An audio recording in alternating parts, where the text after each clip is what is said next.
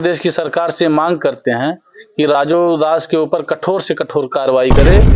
जिस नेता को जी पद्म विभूषण भारत सरकार के द्वारा दिया गया हो, जी माननीय प्रधानमंत्री नरेंद्र मोदी जी के द्वारा, राष्ट्रपति जी के द्वारा, जी जिस नेता को इतना बड़ा सम्मान दिया गया हो, देश की सरकार ने दिया हो, जी उस नेता को एक राजू दास के बयान पर लोहिया वाहिनी समाजवादी पार्टी के राष्ट्रीय सचिव अनिल यादव जी क्या कुछ कर रहे हैं तो सुनते हैं उनकी जुबानी। नमस्कार, प्रणाम, सत श्री अकाल, आदाब, गोड़ लागतानी। हमारा नाम बा अमित प्रताप मिश्र और हम पहुंचल बाटी यूपी के संत कबीर नगर जनपद के धनघटा तहसील के ऐसर विकास खंड के डेबरी गांव में। और डेबरी गांव में हमारी मुलाकात आज लोहिया वाहिनी के राष्ट्रीय सचिव अनिल यादव जी से भइल बा। अनिल यादव जी, बहुत बहुत स्वागत है। धन्यवाद। आज एक बयान बहुत तेज से सोशल मीडिया पे महाकुंभ में मुलायम सिंह जी की एक तस्वीर लगाई गई है, उस पे राजू दास जी के द्वारा एक विवादित बयान हुआ है। क्या बयान को? जिस नेता को जी पद्म विभूषण भारत सरकार के द्वारा दिया गया हो, जी माननीय प्रधानमंत्री नरेंद्र मोदी जी के द्वारा, राष्ट्रपति जी के द्वारा, जी जिस नेता को इतना बड़ा सम्मान दिया गया हो, देश की सरकार ने दिया हो, जी उस नेता को एक तुच्छ और घटिया टाइप के महंत ने जी जिस तरह से अपमानित करने का काम किया, उनके बारे में अभद्र भाषा का प्रयोग किया। जी हम उत्तर प्रदेश की सरकार से मांग करते हैं कि राजू दास के ऊपर कठोर से कठोर कार्रवाई करे। हिंदू महात्मा तमाम, अयोध्या के ही तमाम महंत लोगों का अलग अलग माननीय नेताजी के बारे में लोगों ने सम्मान किया। नेताजी के बारे में हनुमानगढ़ी के जो महंत है, अभी हमारे जिले पे आए थे, उन्होंने नेताजी को देश का सबसे बड़ा नेता बताया। और एक घटिया टाइप के लोग, बेवकूफ और बेहुदा जो पियक्कड़ और दारूबाज लोग हैं, ये लोग संत समाज को बदनाम करने का काम कर रहे हैं। ये संत नहीं है, ये एक नंबर के अय्यास और पियक्कड़ घटिया टाइप के लोग हैं जो आदरणीय नेताजी के ऊपर ओछी बयानबाजी करने का काम किए। हमने कहा है आपसे, ये समाजवादी पार्टी के कार्यकर्ता अगर कार्रवाई नहीं हुई तो राजू दास की जुबान काट कर नेताजी के चरणों में चढ़ाने का काम करेंगे। हम आपके माध्यम से उत्तर प्रदेश सरकार को चेतावनी देते हैं। आप एक युवा नेता हैं और जिसको लेकर के समाज में अलग चर्चाएं हैं कि आपका क्या मंशा है कि आप चुनाव मैदान में आ रहे हैं। हम लगातार 15 वर्षों से जी अपने इस इलाके में, द्वाबा इलाके में चलकर हर गांव में, जी इस हमारे वार्ड ही नहीं बल्कि पूरे हैसर ब्लॉक के हर गांव में 15 वर्षों में हमने लोगों के घर घर जाकर लोगों की सेवा करने का काम किया है, लोगों के दुख सुख में सम्मिलित होने का काम किया है। जी और हम ही नहीं, हमारे क्षेत्र के हजारों हजार नौजवान हमारे साथ आज बड़ी मजबूती से खड़े हैं। और मैं नहीं, हमारे साथ के नौजवान, हमारे क्षेत्र के पिता तुल्य बुजुर्ग, माताएं, बहनें, सारे लोग आशीर्वाद और अपार जन समर्थन दे रहे हैं और हमारे साथ मजबूती से खड़े हैं कि आप चुनाव लड़ो, क्योंकि हमने 15 वर्षों तक लोगों के दुख सुख में सम्मिलित होने का काम किया है। आप लोग हमारे क्षेत्र के पत्रकार हैं, आप लोगों ने देखा 20 वर्ष की उम्र में तो हमारे जो है, हमारे यहाँ के लोग विद्यालय जाते हैं 20 वर्ष की उम्र में, तो ये आपका भाई क्षेत्र के लोगों की समस्या के लिए जेल जाने का काम किया था।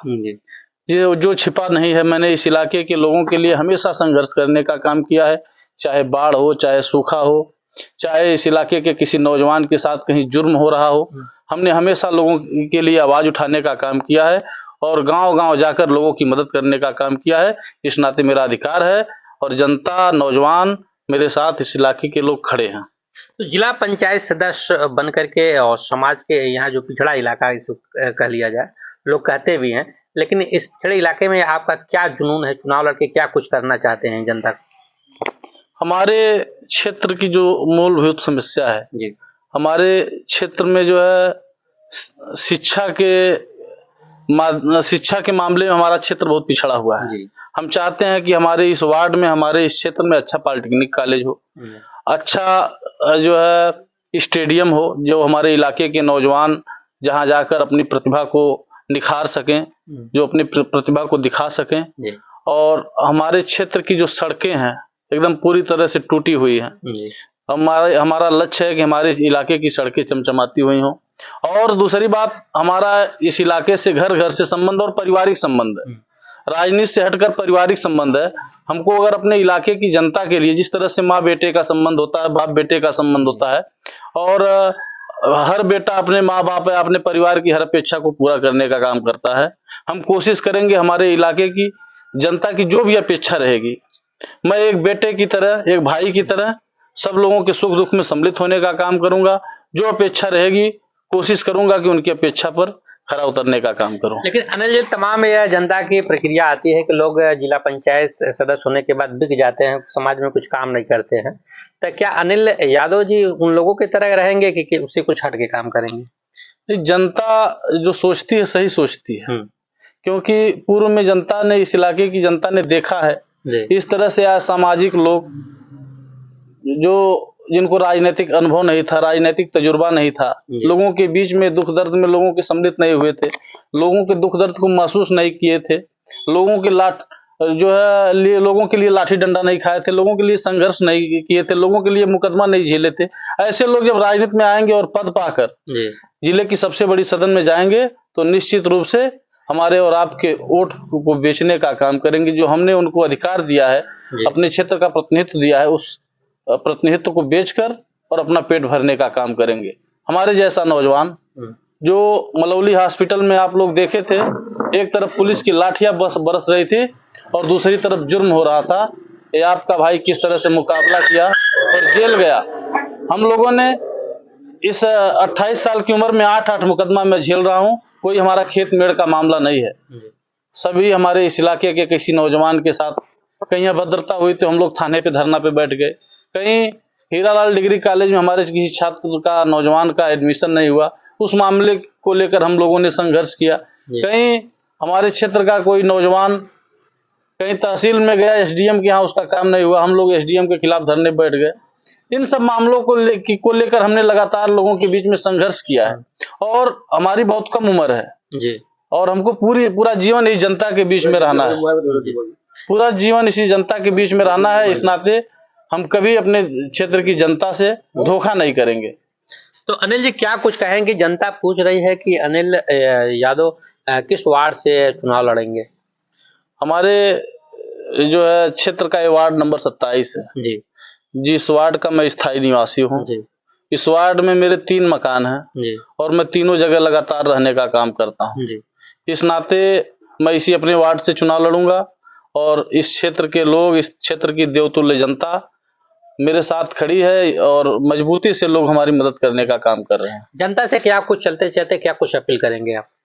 हम जनता से ही अपील करेंगे, हाथ जोड़ के अपने क्षेत्र की जनता से अपील करते हैं कि मैंने यदि आपके बीच में 15 वर्षों तक संघर्ष किया है, आपके सुख दुख में सम्मिलित होने का काम किया है, आपको लगता है कि हम इस इलाके की लड़ाई को लड़ सकते हैं, आपका नेतृत्व मजबूती से कर सकते हैं, जिले की सबसे बड़ी पंचायत में आपकी आवाज को मजबूती से उठा सकते हैं, तो आने वाले पंचायत के चुनाव में अपने भाई और अपने बेटे को आशीर्वाद देने का काम करिएगा और तमाम लोग आपके बीच में आएंगे।